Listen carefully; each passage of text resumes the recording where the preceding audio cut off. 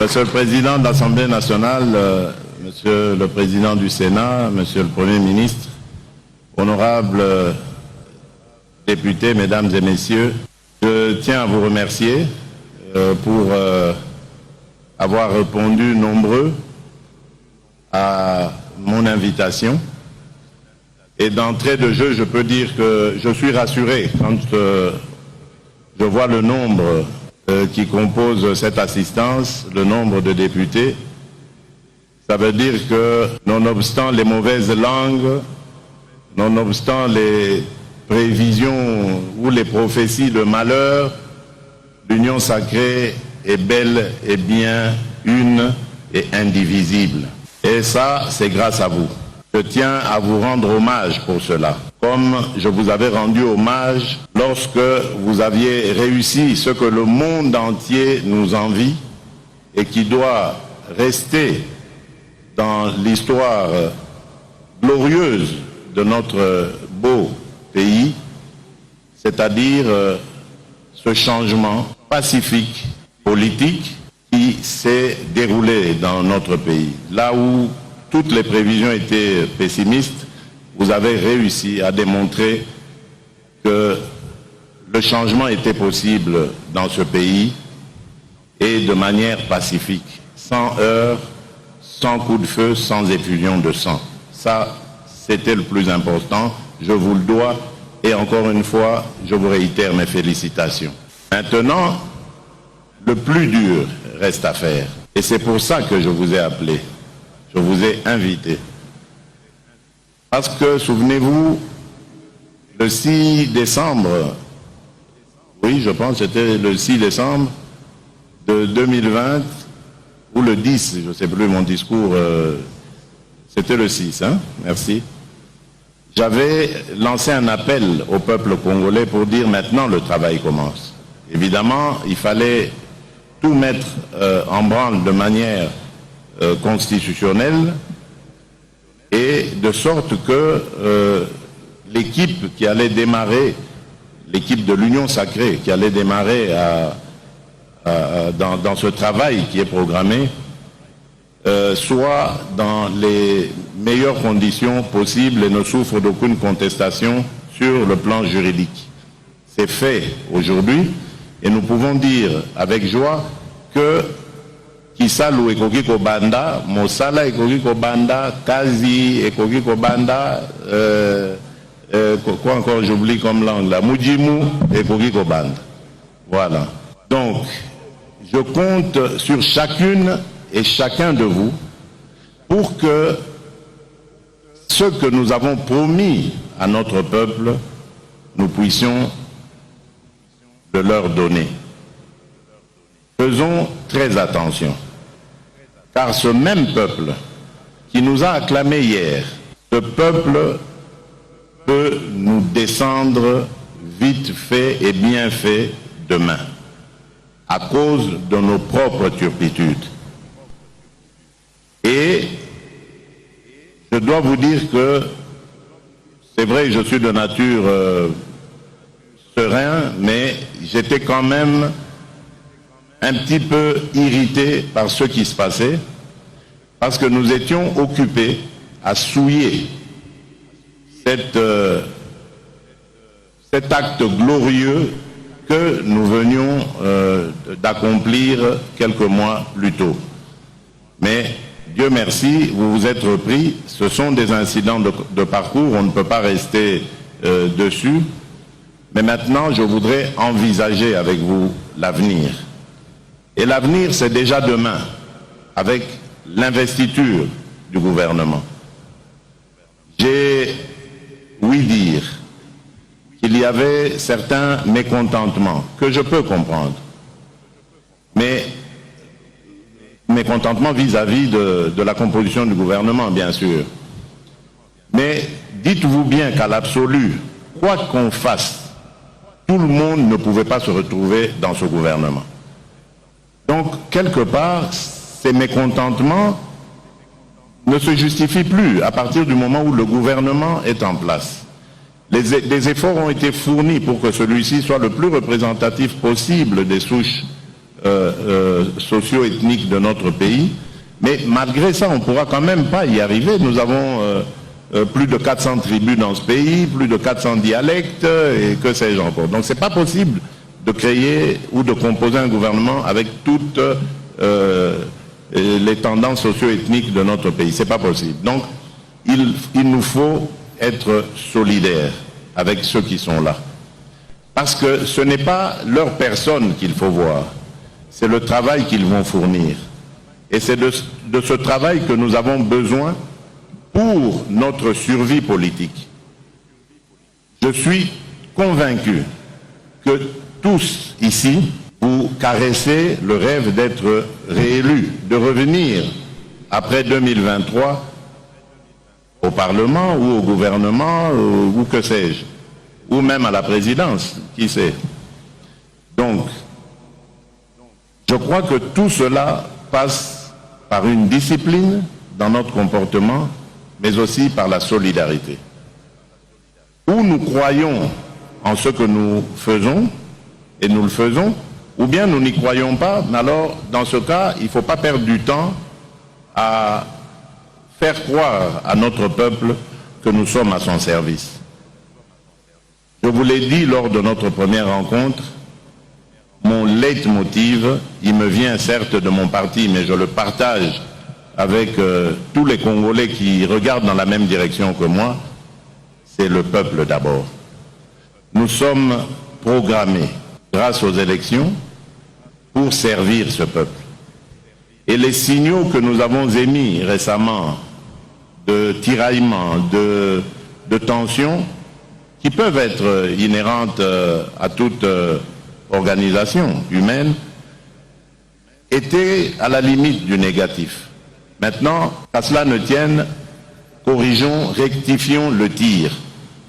Opérons autrement, faisons les choses autrement. Je disais donc que c'est déjà demain ce que nous devons faire, avec l'investiture du gouvernement.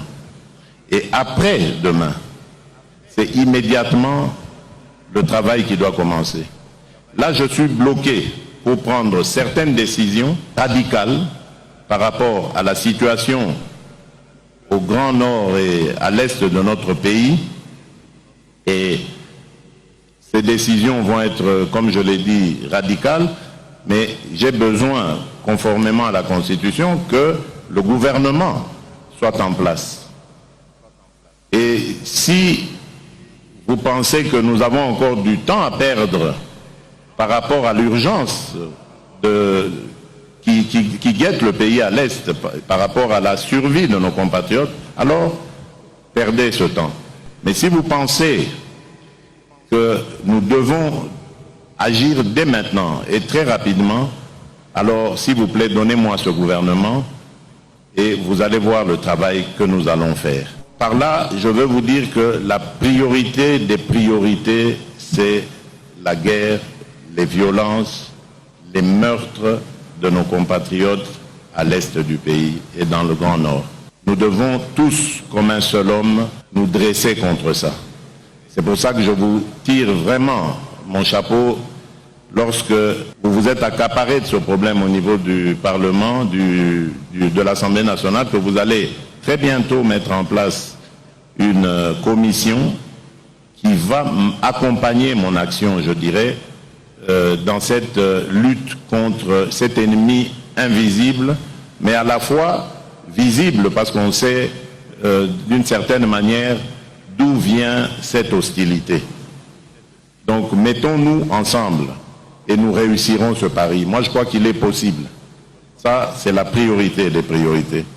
L'autre évidemment c'est l'amélioration des conditions de vie de nos concitoyens. Nous avons vu que depuis le mois d'octobre, où les réunions des conseils de ministres ont été suspendues, le pays a commencé à flotter au niveau économique et social. Nous avons eu un certain nombre de problèmes. Heureusement quand même que le gouvernement sortant était là, mais n'empêche, on sent que le manque d'un gouvernement investi des pouvoirs parlementaire, mais surtout de la confiance du peuple, a eu un impact immédiat sur notre économie. Et donc très vite, nous agirons, mieux ça vaudrait, parce qu'à ce moment-là, nous allons pouvoir faire face de manière régalienne à cette période de flottement. Et pour ça aussi, j'ai besoin que nous allions vite en besogne. Ce sont là les grands axes sur lesquels nous devons très vite embrayer si nous ne voulons pas récolter la colère de notre peuple, mais surtout si nous ne voulons pas que notre pays s'enfonce dans une sorte de crise à n'en pas finir. La situation à l'Est devient, en plus d'être dramatique, urgente, et la situation sociale également. Pour le reste, ce sera de la gestion quotidienne, et j'attends de vous le changement, car comme je vous l'ai dit, je ne viens pas avec des méthodes d'autorité morale, de dirigeants qui voudraient décider de tout. Je veux que chacun et chacune de vous puisse apporter sa pierre à l'édifice. Vous êtes des représentants de notre peuple. Et c'est grâce à vous que demain, si nous voulons renouveler cette aventure, nous allons gagner. Parce que vous devez briller, chacune et chacun d'entre vous, dans vos circonscriptions respectives. Voilà pourquoi, dès la fin de cette session de mars, il faut que chaque député retourne dans son fief. Le gouvernement devra faire un effort pour trouver à chacune et à chacun de vous un petit montant, un petit quelque chose qui pourrait l'aider à pouvoir faire son travail. À pouvoir faire son travail de député, de représentant du peuple dans sa circonscription. Il faut que vous nous rameniez en septembre des rapports circonstanciés sur les besoins réels et les attentes de nos populations. Cela est très important, parce que ça permettra à ceux qui gouvernent le pays de pouvoir mettre en œuvre une politique efficace, de savoir par rapport au programme qui va vous être présenté et que je vous demanderai d'adopter, quels sont les éléments ou les secteurs dans lesquels il faut encore fournir des efforts, les autres où on peut dire qu'ils sont satisfaisants, ainsi de suite. À côté de ça, il y a toute une série de réformes que nous attendons. La première étant celle du processus électoral, et je me réjouis de savoir que vous y travaillez déjà, vous vous y penchez, parce que je voudrais tordre le cou à ces spéculations bêtes et méchantes qui alimentent notre classe politique et qui consistent à dire que nous voulons éviter les élections en 2023. Regardez-moi bien, lisez sur mes lèvres, je vous le dis, je vous le confirme, il y aura bien élection en 2023.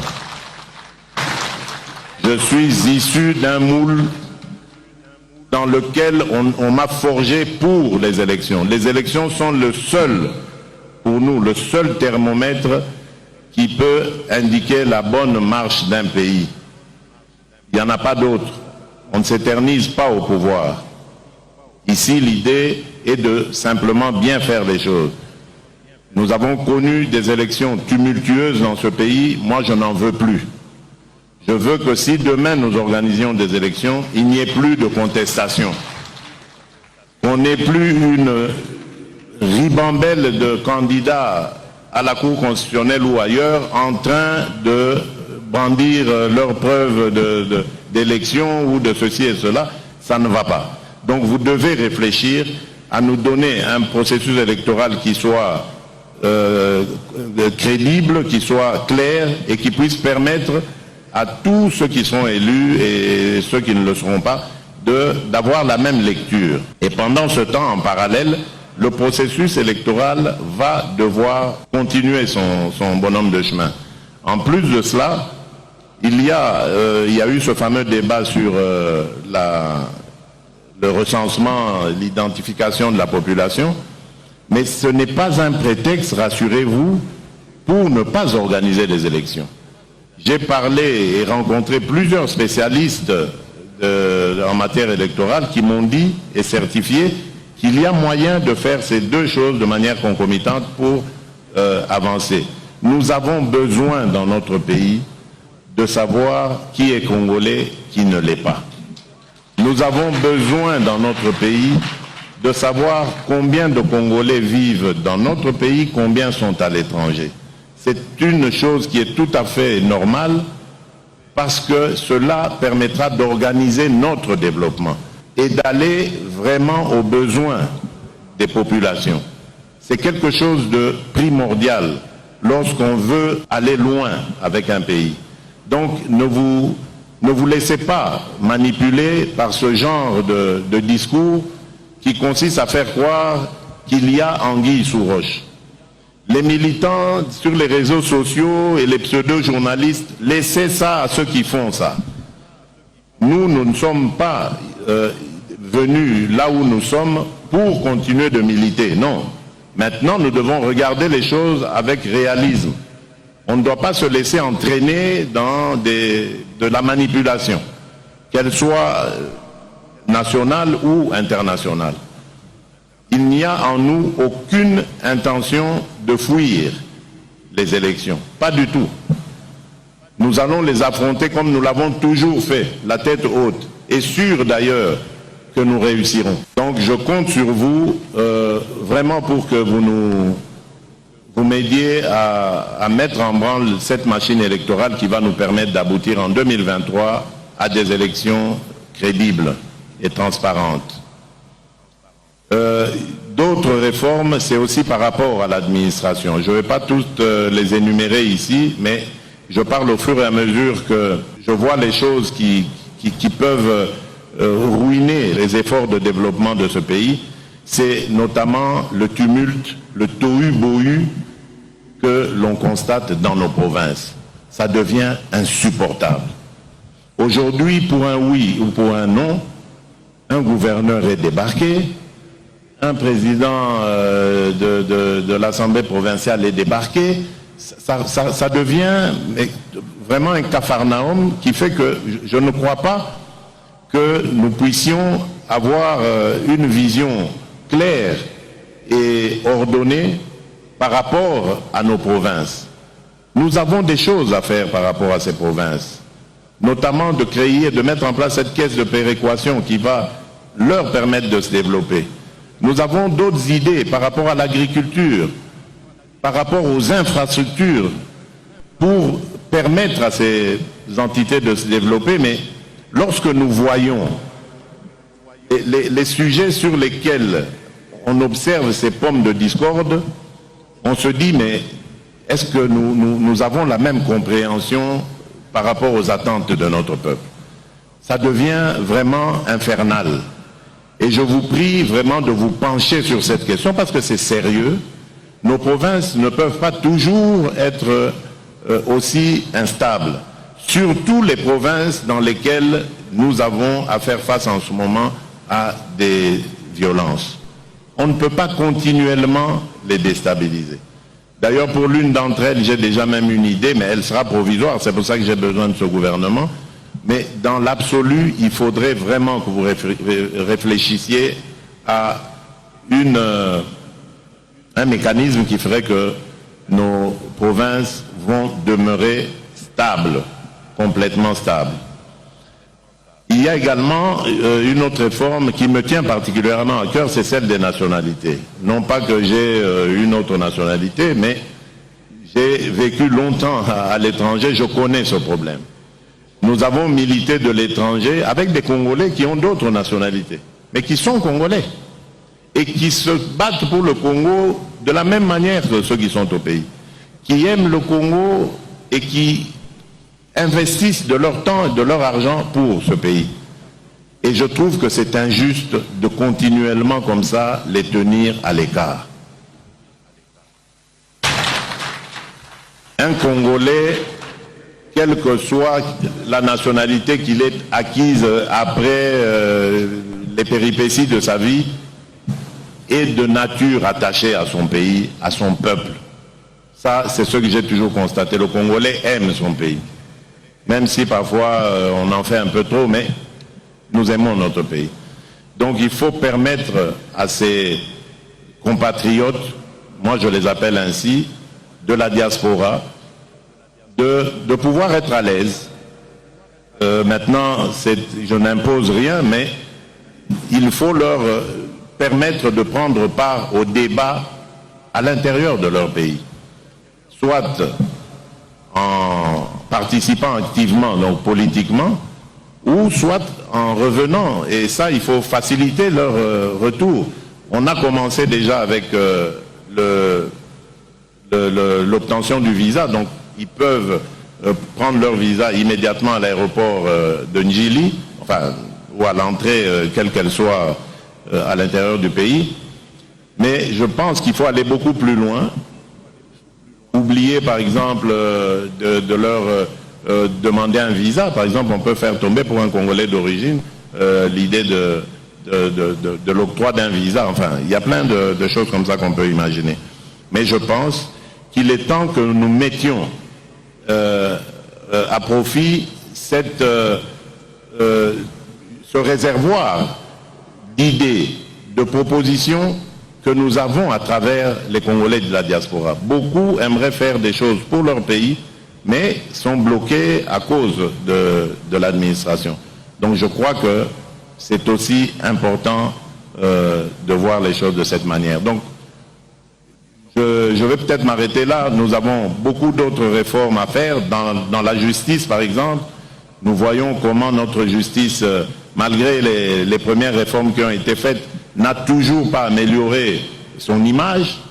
Je crois que ça, c'est important pour l'état de droit que nous voulons, que les Congolais, d'abord, pour commencer par eux, se sentent protégés par une justice crédible, une justice pour tous, mais également les étrangers qui vont venir avec leurs investissements. C'est important qu'ils sachent que au Congo, il y a des institutions qui vont protéger leurs investissements. C'est du bénéfice pour nous, pour nos populations, pour notre économie. Et donc, avec la justice, nous pourrons combattre les anti-valeurs. Ça, je vous le dis, mesdames et messieurs, c'est plus qu'important. Nous devons dès maintenant mettre vraiment un focus sur la lutte contre la corruption, contre l'impunité, contre le blanchiment d'argent et bien d'autres choses qui sont à la base de nos difficultés. Le Congo est un pays riche, mes chers amis. Nous pouvons faire des miracles, vraiment des miracles dans les années qui viennent. Il ne faut pas attendre des générations, comme parfois je l'entends à Congo, tout c'est faux. Congo et Koki Kobonga Lelo. Mais c'est à nous de mettre la main à la pâte, c'est à nous de fournir ces efforts, d'arrêter de voler notre pays, d'arrêter de le ruiner. Nous pouvons le faire. Et ça, je vous le demande vraiment de tout cœur, aidez-moi à réaliser cela.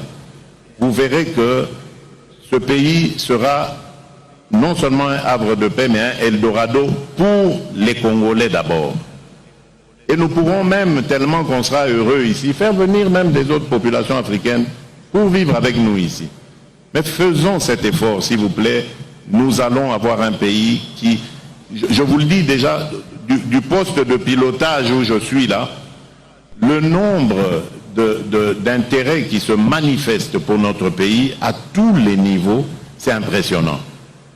Et tout ça malgré l'image de guerre, de violence, de corruption que nous émettons jusque-là. Donc, il nous suffit d'éradiquer cela, et nous allons commencer à refuser du monde ici, à Njili, à Loano, à Goma, Kisangani et tout ça. Donc, on va refuser du monde. Tellement le pays est prisé et nous avons nous-mêmes aussi intérêt à entrer dans l'histoire du monde, dans la gestion économique de ce monde, parce que nous avons du répondant. Nous sommes détenteurs dans notre sous-sol de près de ou plus de 60% des minerais stratégiques. Ceux qui vont faire l'économie de demain se trouvent ici au Congo. Mais si nous sommes distraits, vous savez ce qui risque de nous arriver? Mais on va nous faire une guerre ici, comme en Irak, comme en Afghanistan.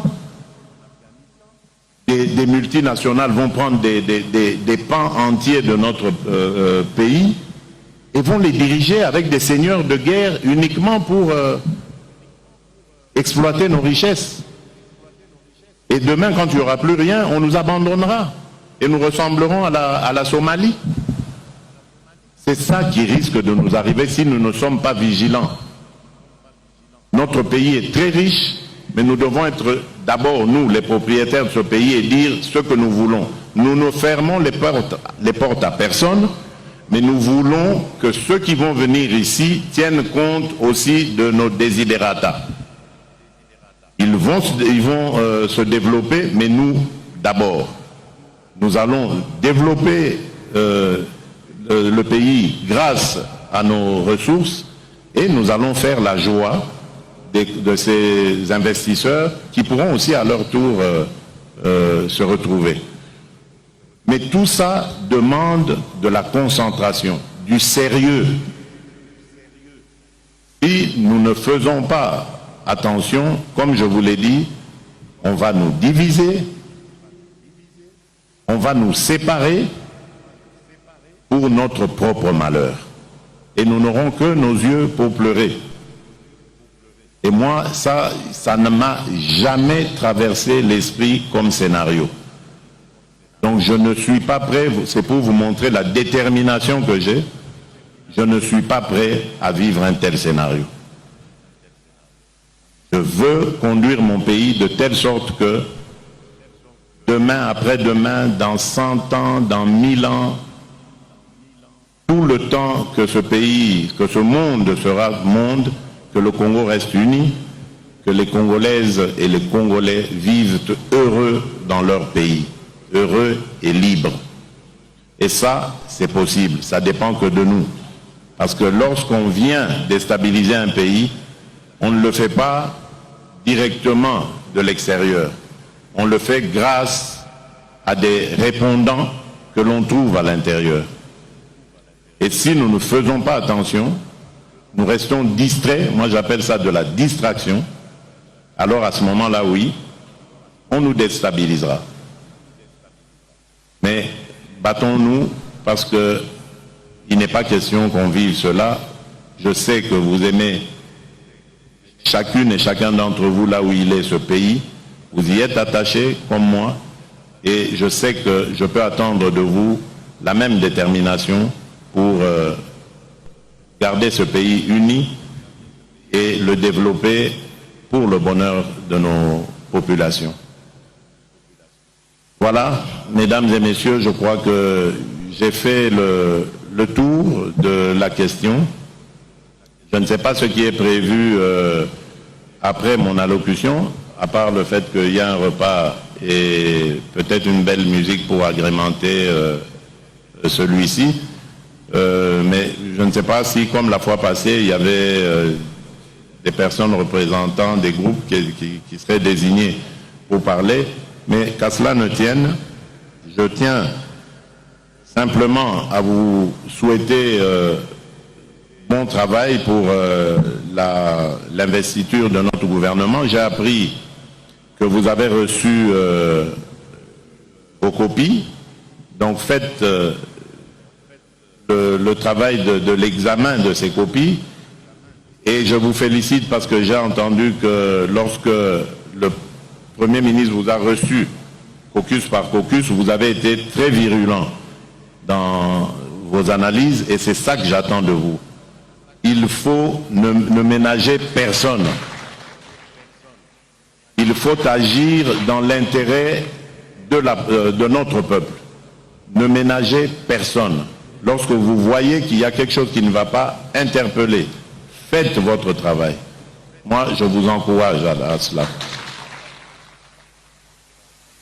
Il y a des députés qui m'ont écrit et je vous promets que je vous recevrai.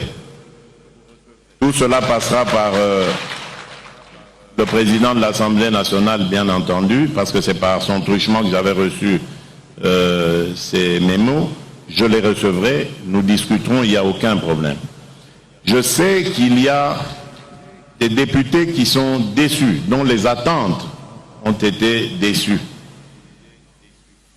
Je ne veux pas vous dire ici que je vous promets un poste ministériel parce que je n'en ai plus. Mais je ne veux que personne ne se sente abandonné, laissé en marge de cette action, de cette impulsion. Donc, on trouvera les voies et moyens pour que tout le monde soit dans la dynamique et que à chaque niveau qu'il ou elle se trouve puisse apporter quelque chose à l'action de l'union sacrée de la nation. Encore une fois, merci. Je vous rappelle que le peuple attend de nous des résultats. Souvenez-vous du moment où nous avons créé cette union sacrée, du moment où il y a eu des changements à la tête des deux chambres, du moment où il y a eu la nomination du Premier ministre. Vous êtes des Congolais, vous étiez au Congo lorsque tout ça se passait, vous avez vu la joie qu'exprimait notre peuple, et donc cette joie est équivalente aux attentes qui sont celles de ce même peuple. Et ces attentes sont tellement pressantes que nous n'avons pas droit à l'erreur. Malheureusement, nous arrivons à un moment de l'histoire où notre peuple a tellement vu des choses, tellement entendu des déceptions et autres, qu'il ne nous donnera pas le droit à l'erreur. Donc, retroussons les manches, mettons-nous au travail, c'est ce que le peuple veut. Je vous remercie, que Dieu vous bénisse.